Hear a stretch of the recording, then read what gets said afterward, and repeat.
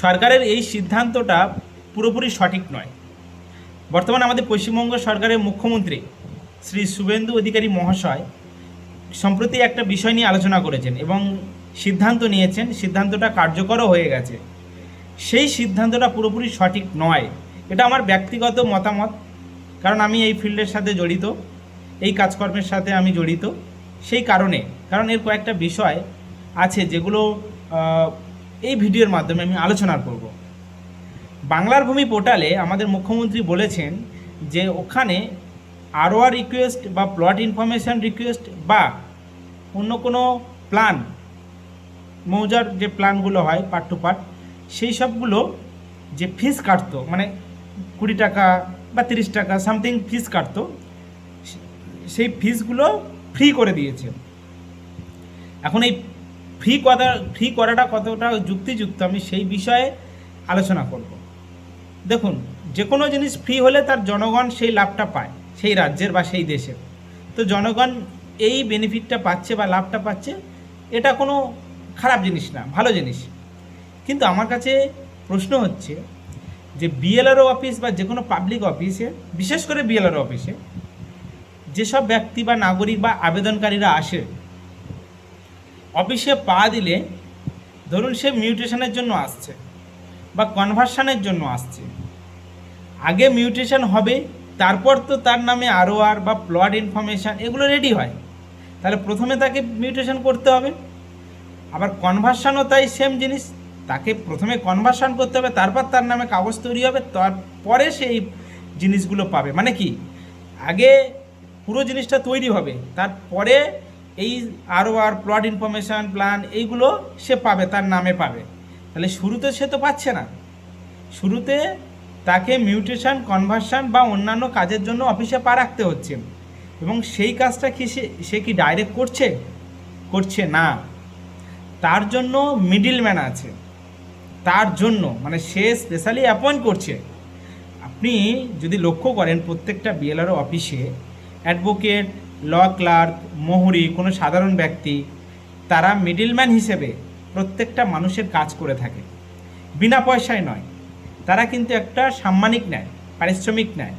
সেটা 500 থেকে শুরু হয়, 500, 1000, 2000, 3000, 5000, 10,000, যে যেমন নেয়, পার্টি হিসেবে, লোক হিসেবে, মানুষ হিসেবে, অ্যাপ্লিক্যান্ট হিসেবে। এটা কিন্তু আমরা দেখেছি, জানি, যেহেতু আমরা এই ফিল্ডে আছি। বিষয়টা হচ্ছে যার কাছে টাকা চাইছে সে দিচ্ছে এবং যে কাজ করছে সে কাজটা দিয়ে দিচ্ছে। তো এটা সমাধান, এটা নিয়ে সমস্যা নেই। তো সে দিতে রাজি, এ নিতে রাজি, সুতরাং এই কাজগুলো হচ্ছে, এইভাবেই হচ্ছে। তাহলে একটা মানুষ সে কিন্তু ডাইরেক্ট কাজ করছে না। কিছু মানুষ আছে সময় পাচ্ছে না দেখে মিডলম্যান অ্যাপয়েন্ট করে কাজগুলো করায়। কিছু মানুষ আছে সিস্টেমটাই জানে না, লেখাপড়াই জানে না, সিস্টেমটাই জানে না, তারা মিডলম্যানকে দিয়েই কাজ করায়। কিছু মানুষ আছে যারা জানে, অফিসে এসে ডাইরেক্ট করে। আবার যখন দেখছে বেশি ছোটাছুটি হয়ে যাচ্ছে অফিস থেকে, অফিসের তো আরও বিভিন্ন রকম কাজ থাকে, দেখলো আজকের অফিস বন্ধ, স্যার নেই, এ সমস্যা, লিঙ্ক নেই, এই নানান রকম ব্যাপার ঘুরে টুরে যে চলে যেতে হয়। সেক্ষেত্রে কী করে না, তার থেকে আমি মিডলম্যান ধরে নিই, সে অফিসে থাকবে, সময় সময় লক্ষ্য রেখে কাজগুলো করে নেবে। এবার যে মিডলম্যান, তার পারিশ্রমিক সে নিয়ে কাজগুলো করে। তাহলে আমার কাছে প্রশ্ন হচ্ছে, যে মানুষটা অ্যাপ্লিকেন্ট বিএলআরওতে পা দিচ্ছে বা কোনো অফিসে পা দিচ্ছে যখন, বিশেষ করে বিএলআরওতে, তার কিন্তু 500, 1000, 2000, 3000, 5000-এর একটা কাজ সে করছে, জায়গা বিশেষে, কাজ বিশেষে করছে। এরকম একটা অ্যামাউন্ট ধার্য হচ্ছে। এই যে অ্যামাউন্টগুলো আমি পার্ট টু পার্ট বললাম, এই অ্যামাউন্টগুলো কিন্তু সে খরচ করছে। তাহলে সেই ব্যক্তির জন্য পরে কাজ হওয়ার পরে এই যে আপনি 20 টাকা বা 30 টাকা এই যে ফ্রি করে দিলেন, এই ফ্রিটা কি তার কোনো প্রভাব পড়বে? সে তো অলরেডি অনেক টাকা খরচ করে একটা কাজ করেছে, সে 20 টাকার ফ্রি নিয়ে কার কাছে দাবি করবে? আর কী বা যায় আসে? কোনো এফেক্ট পড়ে না। এবার হ্যাঁ, আমি মানছি এই 20 টাকা এমন এমন জায়গা আছে যেখানে 20 টাকার ভ্যালু অনেক, এবং অনেক ব্যক্তি আছে যার কাছে 20 টাকার ভ্যালুটা কম। জায়গা বিশেষে, ব্যক্তি বিশেষে, কাজ বিশেষে এগুলো হয়। প্রশ্ন হচ্ছে, আপনি পশ্চিমবঙ্গের যে কোনো প্রান্তে যান, আমি যে অ্যামাউন্টটা বললাম মিডিলম্যানকে দিয়ে কাজ করায়, ওই অ্যামাউন্টটা কিন্তু ওরা দিয়ে করাচ্ছে কাজটা। সুতরাং আপনি যেই টাকাটা কমিয়েছেন, ফ্রি করে দিয়েছেন, কমিয়েছে মানে কি ফ্রি করে দিয়েছেন, এই বিষয়টা আমার ব্যক্তিগত মতামতে কোনো প্রভাব পড়ে না এই টাকাগুলো। কিন্তু এই টাকাগুলো যদি একটু অন্য রকমভাবে ব্যবহার করা যেত আমাদের রাজ্যের, আমাদের সরকারের ভালোর জন্য। দেখুন আমাদের পশ্চিমবঙ্গ সরকার, এই সরকারকে এটা আমার ফেভারিট সরকার, আমি আগেই বলছি।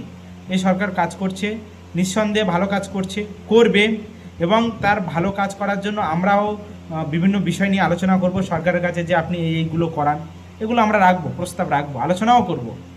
সেই হিসেবে এই বিষয়টা আমি একটু আলোচনা করতে চাইছি, যে আপনি যে টাকাটা কমালেন, 20 টাকা 30 টাকা কমালেন পার অ্যাপ্লিক্যান্ট হিসেবে, ধরুন সে তো আবেদন করছিল, এই টাকাটা যদি একটু অন্য রকমভাবে খরচ করা যেত তাহলে কেমন হতো।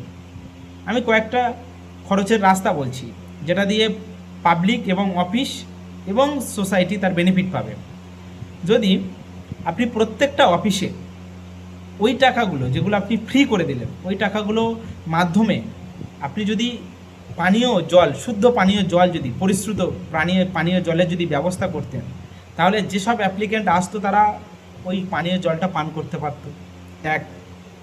দুই হচ্ছে অফিস সাফ সাফাই করার জন্য, অফিস ডেলি সাফ সাফাই করার জন্য, পরিষ্কার পরিচ্ছন্ন করার জন্য ওই টাকার মাধ্যমে আপনি যদি কোনো মানুষ অ্যাপয়েন্ট করে দেন, তাহলে সেই অফিস সাফ সাফাই পরিষ্কার পরিচ্ছন্ন থাকলে সোসাইটির একটা সেই রুচির এফেক্টটা পড়বে, প্রভাবটা পড়বে। আচ্ছা, এছাড়া পানীয় জলের পরেও অনেক সমস্যা আছে অফিসের মধ্যে, মানে পর্যাপ্ত পরিমাণে বসার জায়গা নেই, আবেদনকারীরা এসে ঠিকমতো বসতে পারে না। তো সেই বেঞ্চ বা চেয়ার যদি কিছু ব্যবস্থা হয় ভালো মতো এই টাকার মাধ্যমে, সেটাও করা যেতে পারত, খুব ভালোভাবে আরামসে বসে কাজ নিত, আমাদের অফিসের একটা মানে লেভেলটা হাই হতো। যে আজকে যা আছে সেই একই রকম রয়ে গেল, পরিবর্তন যদি হতো, সব জিনিসের পরিবর্তন হচ্ছে, তো এই টাকাগুলো দিয়ে ওখানে এইভাবে যদি ইউটিলাইজ করা যায়, আমি জানি না সরকারের কাছে কত টাকা আছে না আছে, কিন্তু এই টাকা ফ্রি করেছেন, এটা যদি এইভাবে ইউজ করা যেত তাহলে কিন্তু একটা পরিবর্তন মানুষ ভালো মতো লক্ষ্য করতে পারত। হ্যাঁ, এবার দেখা যাচ্ছে সরকার অন্য খাতে টাকা নিয়ে এখানে খরচ করবে, আমি হয়তো যে বিষয়ে বলছি খরচ করবে, কিন্তু যদি এই টাকাগুলো এখানে খরচ করা হতো তাহলে সরকারের ওই খাতের টাকাটা অন্য খাতেও ব্যবহার করা যেত, এটা বন্ধ করার দরকার ছিল না, এটা আমার ব্যক্তিগত মতামত। আচ্ছা, আরও কি করা যেতে পারে অফিসে? বেঞ্চ, লাইট, জল এগুলোর বন্দোবস্ত ছাড়াও, সাফ সাফাই এগুলো ছাড়াও আপনি যদি 2জন বা 3জন ছেলে মেয়ে অ্যাপয়েন্ট করে দিতেন যারা গ্র্যাজুয়েশন পাস বা MA BEd করে আছে, এরকম প্রত্যেকটা অফিসে, তাদের কাজ কি না, যেসব মানুষ নিউট্রিশন সম্পর্কে একদমই জানে না কাজটা করবে, মিডিল ম্যানের কাছে না গিয়ে যদি এরকম একটা দপ্তর থাকে যে 3জন বা 4জন আছে, তারা মানুষ যাবে পেপারস নিয়ে তাদেরকে দেখাবে, তবে তাদের কাজের প্রতি যেন সেই ট্রেনিংটা দেওয়া হয়, যারা কাজটা জানে তারা কি করবে, সেই সব মানুষকে গাইড করে দেবে, গভর্নমেন্ট থেকে গাইড করে দেবে সুন্দরভাবে, গাইড করে দিলে সেই মানুষটা পেপারসটা পুরো অ্যাসেম্বল করে নেবে। কারণ অনেক মানুষ আছে পেপারস অ্যাসেম্বল করতে পারে না ঠিকঠাক, কারণ এখন বর্তমানে অনলাইন থেকে শুরু করে যেভাবে পেপারসগুলো মিউটেশন, কনভার্সন প্রত্যেকটা মোটামুটি ফাইল রেডি করতে হয়, এখন আগের থেকে অনেকটা কমপ্লিকেটেড হয়ে গেছে। সেই ক্ষেত্রে যদি 2-3 জন অ্যাপয়েন্ট হয়, তারা এই হেল্পগুলো করবে, অ্যাসেম্বল করে গুছিয়ে একটা ফাইল রেডি করবে। এই হেল্পটা যদি হয়, এটা একটা ব্যাপার। আরেকটা জিনিস হচ্ছে যে দেখুন, অফিসে নানান রকম মানে জমি সংক্রান্ত ছাড়াও BLRO অফিসের অফিসারকে বিভিন্ন কাজের জন্য অ্যাপয়েন্ট করা হয়, সরকারের বিভিন্ন কাজ আছে আরও। তো সেক্ষেত্রে অনেক মানুষ হ্যারাসমেন্ট হয়, প্রচুর মানুষ হ্যারাসমেন্ট হয়, প্রত্যেকের ইমার্জেন্সি লাগে কোনো মিউটেশন, কোনো কনভার্সান, কেউ লোন করবে কনভার্সান দরকার, কেউ লোন করবে মিউটেশন হয়ে গেলে কনভার্সান করবে, লোন করে ঘরবাড়ি করবে বা সেই লোনের টাকা কোথাও ব্যবহার করবে, তার ব্যক্তিগত। কিন্তু দেখা যাচ্ছে অফিসার না থাকাতে অনেক প্রবলেম হচ্ছে। আবার দেখা যাচ্ছে কিছু কিছু অফিসার, কোনো অফিসে খুব খারাপ অফিসার আছে যারা অনেক রকম ডিমান্ড রাখে, অনেক রকম বাহানা খোঁজে, অনেক রকম হ্যারাসমেন্ট করে। তাহলে প্রত্যেকটা মানুষের একটা দাঁড়ানোর জায়গা নেই, কাকে জানাবে? ধরুন আপনি বিএলআরওকে বলবেন, বিএলআরও ভীষণ এঙ্গেজ থাকে, ব্যস্ত থাকে, তো জানানোর জায়গা একটা করুন ব্লকে, যে এই কাজগুলো হচ্ছে না, আমি এতবার ফিরে যাচ্ছি। একটা মানুষ মিনিমাম কতবার ফিরে যেতে পারে? 2বার 3বার, কিন্তু একটা মানুষ 5বার 10বার ফিরতে পারে না। তো সেগুলো রেকর্ড কে করবে? ওই ছেলেরা করবে যে আমি এই কাজের জন্য এসেছিলাম, এই কাজটা হয়নি, এবং আজকের অফিসের এই কারণে আমার কাজটা হয়নি। এই রেকর্ডগুলো একজন মেনটেন করুন, তাহলে বুঝবেন যে মানুষের সমস্যা কতটা আর সমাধান কতটা হচ্ছে।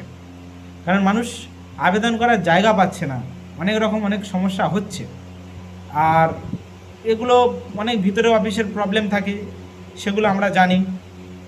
সেগুলো যদি আমাদেরকে মোটামুটি কিছু কিছু অফিসে খুব ভালো কাজ হয়, কিছু কিছু অফিসে প্রবলেম থাকে, সেগুলো সরকার যদি মনে করে যে না আমাদেরকে ডেকে জিজ্ঞাসা করার প্রয়োজনীয়তা আছে যে অফিসের নেগেটিভ পজিটিভ কী আছে, তো আমরা যেহেতু ফিল্ডে আমরা ওখানেই কাজ করি, সব কিছু জানি, তো তার বন্দোবস্ত আমরা বলতে পারবো, সেই বিষয়ে বলতে পারবো যে কি হয় কি না হয়, বা কোনটা করলে বেটার হবে। আমি তো বলতে পারি না যে পুরোপুরি জিনিসটা খারাপ, বলতে পারি না, আছে অনেক জিনিস ভালো আছে, কিন্তু আরও বেটার কিভাবে হয় সেগুলো সম্পর্কে আমাদের কাছে অনেক রকম আছে, বিষয় আছে, আমাদের জানা আছে যে অফিসটা কীভাবে আরও ডেভেলপ করা যায়, কি কি প্রবলেমগুলো থেকে বেরিয়ে আসা যায়। তো এইভাবে যদি আমরা চাই প্রত্যেকটা জিনিস পরিবর্তন হবে। সরকার যে টাকাটা ফ্রি করে দিল, একদম যে ফিসটা নিচ্ছিল, তা সেইগুলোর বিষয়ে আমি সরকার যদি এই সব সাফ সাফাই জল টল যেগুলো আমি বললাম, এগুলো যদি সরকার আলোচনা বা কার্যকর করে, বিষয়গুলো যদি ঠিকঠাক করে তো সেগুলো কেমন হয়, অবশ্যই দর্শক যারা আছে অবশ্যই জানাবেন যে এই মতামত বা আমার এই আলোচনাটা কতটা যুক্তিযুক্ত, সঠিক কিনা। আপনাদের কাছে আমি এর জন্য কমেন্ট বক্সে অনেক কিছু জানতে চাই। যদি আপনাদের মনে হয় এর থেকে আরও বেটার কিছু করতে হয়, আপনারাও কমেন্ট বক্সে লিখুন। কিন্তু সরকারের কাছে বিষয়গুলো যাওয়া দরকার। আমরা চাই পরিবর্তন, ভালো পরিবর্তন। অন্যান্য দেশের যেভাবে পরিবর্তন আমরা দেখতে পাই, আমাদের ভারতবর্ষ দেশ প্রত্যেকটা জিনিসের ক্ষেত্রে, প্রত্যেকটা অফিস, প্রত্যেকটা কাজের ক্ষেত্রে অনেক ডেভেলপ হোক আমরা চাইব, এবং সবাই মিলে চাইব সেটা।